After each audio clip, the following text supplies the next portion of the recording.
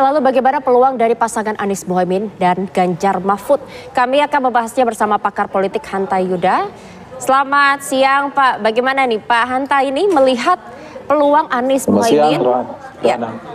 Ya Pak Hanta, ini bagaimana melihat peluang mereka Pak? Apa kelebihan dari pasangan dari Anies dan Caimin ini? Ya, pertama pasangan ini tentu sudah menjawab keraguan publik terkait dari sebagian menganggap bahwa Anies dan Mohaimin tidak bisa berlayar karena tidak cukup partainya dan seterusnya. Nah, ternyata itu terjawab keraguan itu di hari yang pertama, bahkan yang pertama pasangan Anies dan Mohaimin sudah mendaftarkan ke KPU. Itu satu.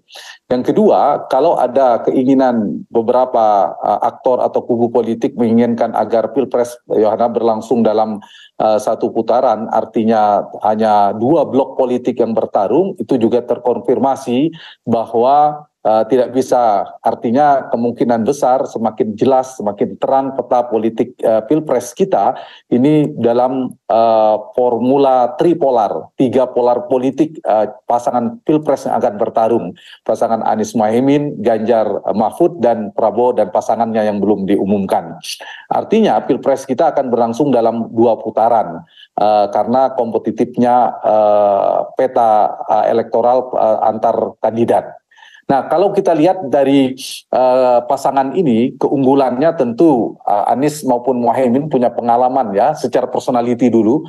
Mereka punya pengalaman politik di pemerintahan. Anies pernah di pemerintahan pusat sebagai menteri pengalamannya, kemudian pernah menjadi gubernur ibu kota negara, kemudian juga Pak Mohaimin pernah di eksekutif dan legislatif. Jadi dari sisi kompetensi dan pengalaman mereka, magnet elektoralnya bisa dikapitalisasi dari pengalaman itu, tinggal prestasi-prestasi selama menjabat itu yang perlu dipublikasikan, perlu disosialisasikan, perlu dikomunikasikan kepada publik. Itu satu.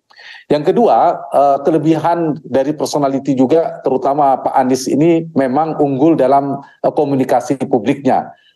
Public speaking-nya saya kira sangat unggul dibandingkan bahkan oleh beberapa kandidat yang lain.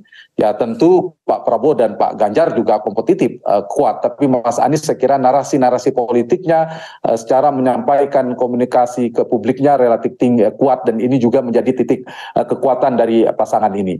Yang ketiga, kalau kita mulai geser kepada basis-basis potensial, meskipun perlu diukur dan belum tentu, Anies berangkat dari kelompok nasionalis sebenarnya Anies ini. Selain dari Partai Nasdem, beliau juga sebenarnya bisa dikelompokkan dari kelompok nasionalis, kemudian dilengkapi oleh Mohaimin yang berasal dari kelompok Islamis tradisionalis, yaitu NU dalam hal ini yang mayoritas di Indonesia. Meskipun NU juga tidak tunggal, terpecah dalam polarisasi dalam berbagai macam aktor atau tokoh politik.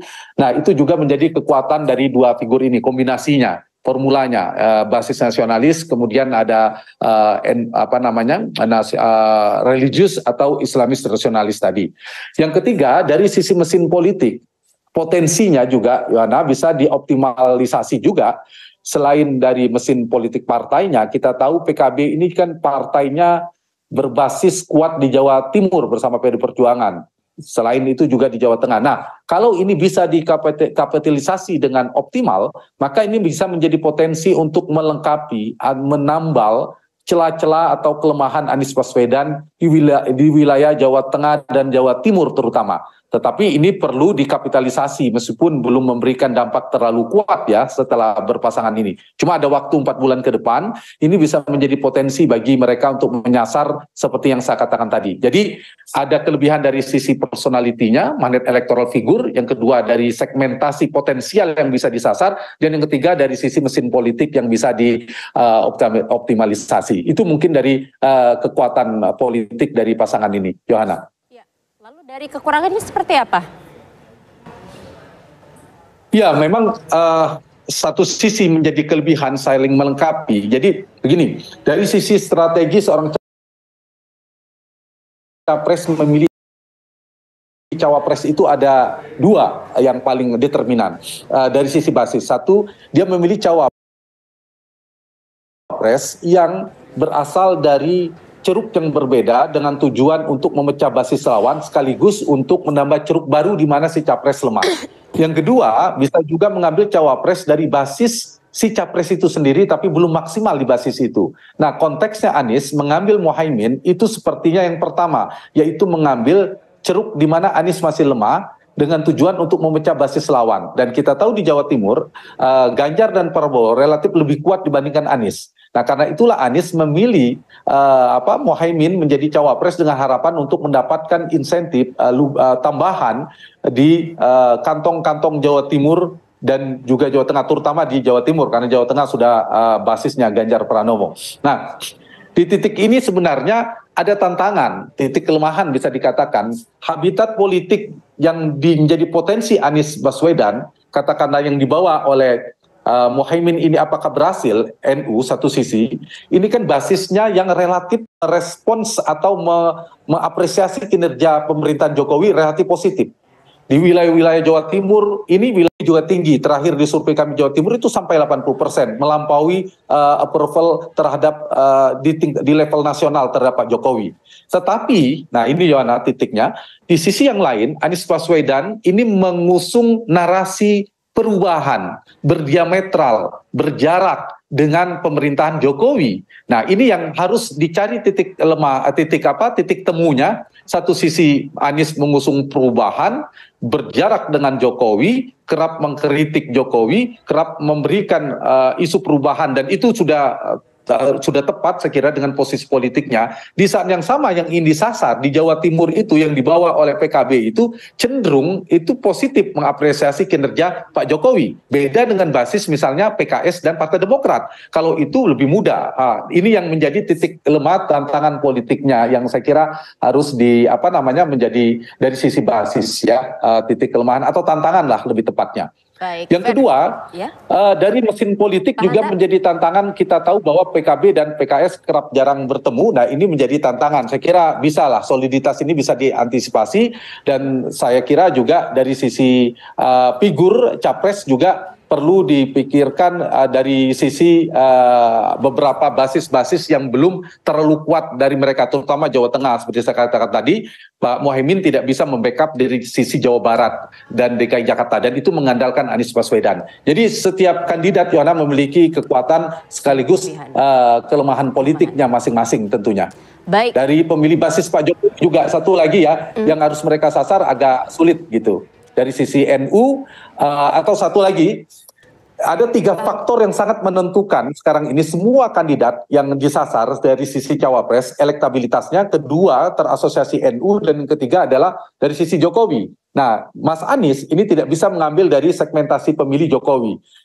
Yang mungkin adalah NU, dan NU sekarang terpecah kan, terpolarisasi. Pak Mahfud juga diambil oleh Pak Ganjar. Kita tidak tahu Pak Prabowo, artinya itu menjadi tantangan juga. Apakah Pak Caimin tidak bisa mengambil ceruk NU ini secara maksimal? Nah, kalau tidak, itu juga tidak berhasil misalnya untuk menggeser ke Anies Baswedan. Dan itu menjadi PR-nya. Ditambah Pak Muhaimin juga saya kira masih punya gap ya antara membawa basis masa PKB ke Pak Anies, itu menjadi PR-nya untuk 4 bulan ke depan. Yohana. Lalu kita juga ingin mengetahui bagaimana peluang dari Ganjar Mahfud dalam Pilpres ini. Pak Hanta, tadi sudah dijelaskan kelebihan kekurangan peluangnya dari pasangan yang pertama yaitu Anies Baswedan dan juga Muhaimin. Bagaimana dengan pasangan calon Ganjar Mahfud MD ini? Ya, Yohana, saya ingin menyampaikan peta kekuatan kelemahan dari sisi basis konstituen pemilih dulu ya, sebelum ke personal atau kekuatan figur.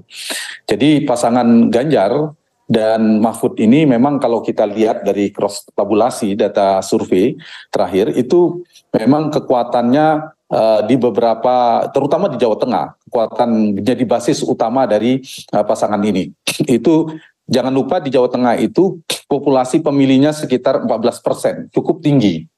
Di atasnya ada Jawa Timur 15%, Jawa Barat 17%, Pulau Sumatera kalau digabung 21%. Nah, Ganjar itu unggul di Jawa Tengah itu sekitar 69%, hampir 70%. Nah, ini jadi titik kekuatan soliditasnya. Yang kedua, kekuatan dari pasangan ini adalah ditopang oleh mesin politik PDI Perjuangan, tentu sebagai partai besar, partai pemenang, dan partai ini juga kita tahu cukup solid, memiliki party ID yang lumayan dan bisa diandalkan dalam pergerakan politiknya, sehingga ini menjadi titik kekuatan bagi Ganjar dan Mahfud tentu di poin yang kedua. Yang ketiga, dari segmentasi demografis, kalau kita mau masuk ke wilayah demografis itu ada dua titik yang di mana Ganjar kompetitif dengan Prabowo Subianto, sama kuatnya di beberapa basis, terutama misalnya kalau kita bedah dari dua hal.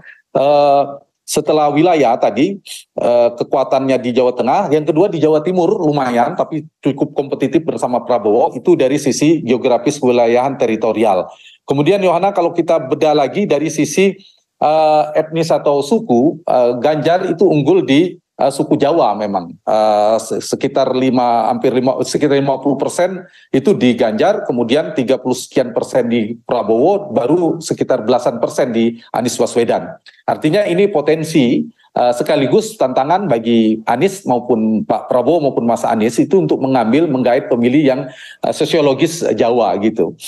Yang menjadi titik kekuatan pasangan menjadi Ganjar, kekuatan Ganjar. Wajar karena dia berbasis di Jawa Tengah. Yang keempat, bisa juga menjadi basis adalah, tapi ini sangat kompetitif juga dengan Prabowo, pemilih NU. Jadi kalau di cross tabulasi pemilih NU itu ke Ganjar dan ke Prabowo relatif imbang, yaitu sekitar 40-an%, sama-sama 40%. Tapi kalau kita melihat angka psikologis 40%, bisa dikatakan menjadi basis bagi Ganjar maupun dari Prabowo. Dalam konteks ini Ganjar, maka pemilih NU yang terasosiasi dengan NU juga menjadi penting. Dan kita tahu triple majority pemilih Indonesia dalam profil demografi Indonesia, Yohana, itu kan pemilih Muslim, pemilih NU dan pemilih Jawa. Jadi ini menjadi titik kekuatan yang bisa dijadikan oleh pasangan ini. Sekaligus secara personality kita tahu kekuatannya Ganjar seperti Mas Anies dan Pak Prabowo, dia unggul dalam segi komunikasi publik, kekuatan di media sosialnya dan seterusnya.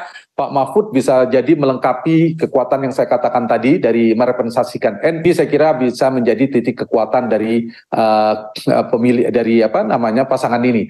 Nah, tetapi titik krusial yang menjadi bukan kelemahan, tantangan seperti tadi Pak Anies saya sampaikan, untuk Pak Ganjar juga memiliki dari pemilih basis Pak Jokowi.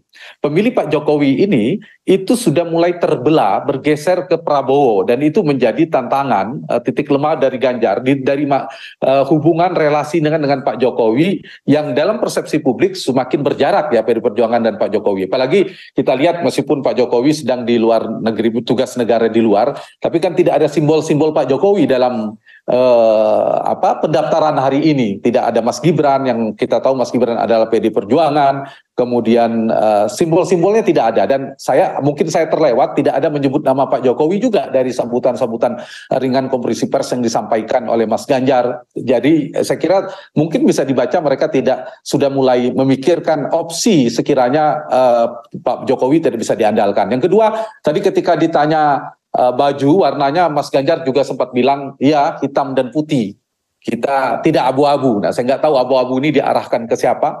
Dan saya kira simbol-simbol ini menunjukkan bahwa saya kira tantangan bagi pasangan ini adalah ada potensi apabila Gibran misalnya, Mas Gibran menjadi wakil Pak Prabowo, maka potensi tergerusnya suara Ganjar di Jawa Tengah yang juga menjadi basisnya Pak Jokowi termasuk di Jawa Timur, itu juga menjadi tantangan berat bagi pasangan ini kalau betul Mas Gibran maju.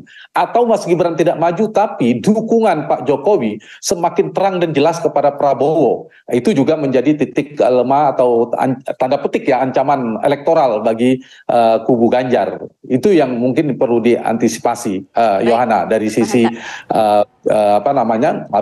kompetisi elektoralnya.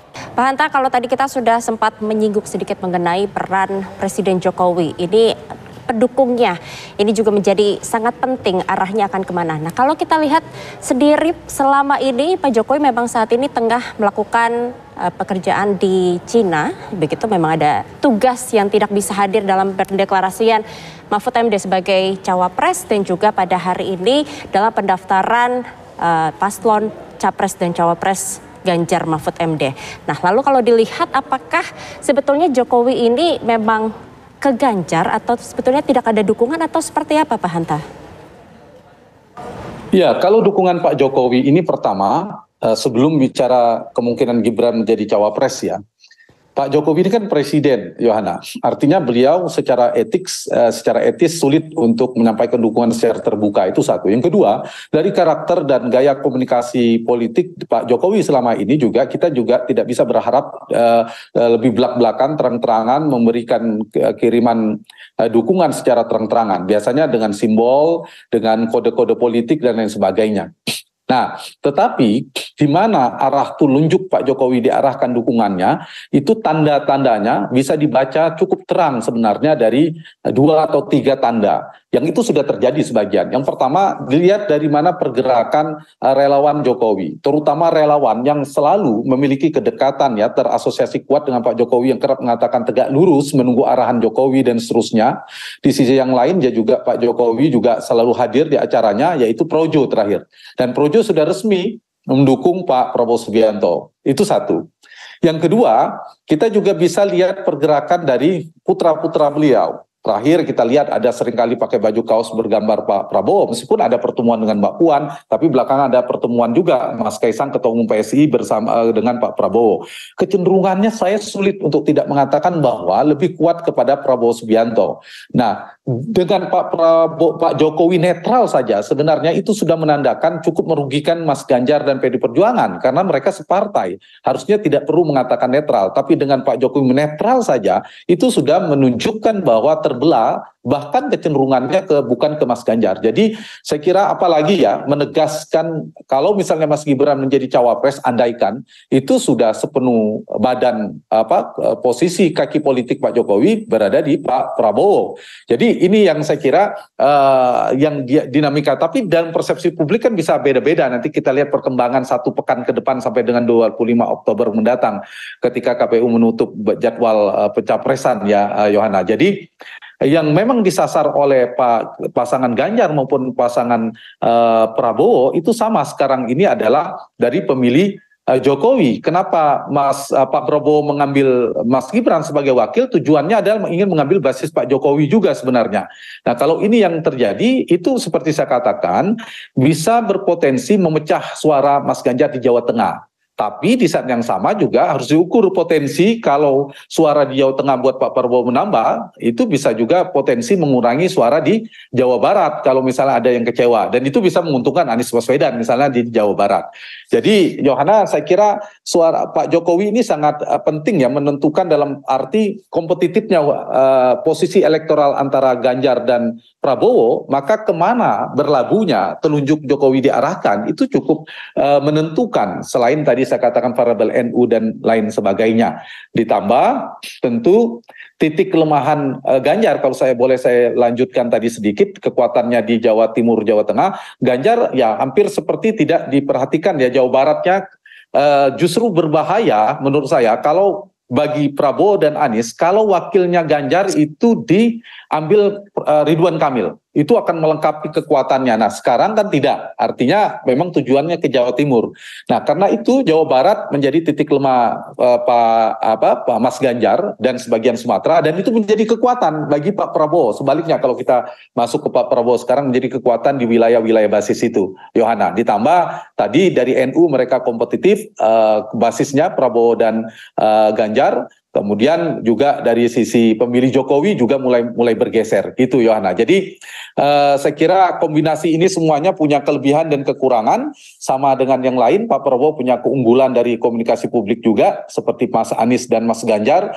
Bisa tergantung siapa wakilnya nanti seperti apa, Yohana, begitu.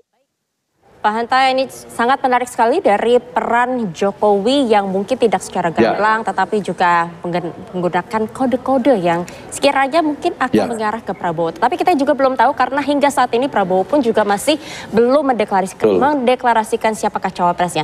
Dan Pak Hanta, terima kasih banyak atas waktu dan jawaban bersama dengan pemirsa TV One. Selamat bertugas atau menjalankan aktivitas kembali, Pak. Selamat siang, Pak.